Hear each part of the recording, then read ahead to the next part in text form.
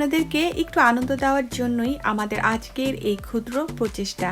নিজেকে ঘরবন্দি মনে না করে সময়টাকে কাজে লাগাই, প্রোডাক্টিভ কিছু করি। কিন্তু আমাদের থাকতে হবে আমার জন্য, সবার ভালোর জন্য, আপনার আমাদের পরিবারের জন্য। আসুন সচেতন হই।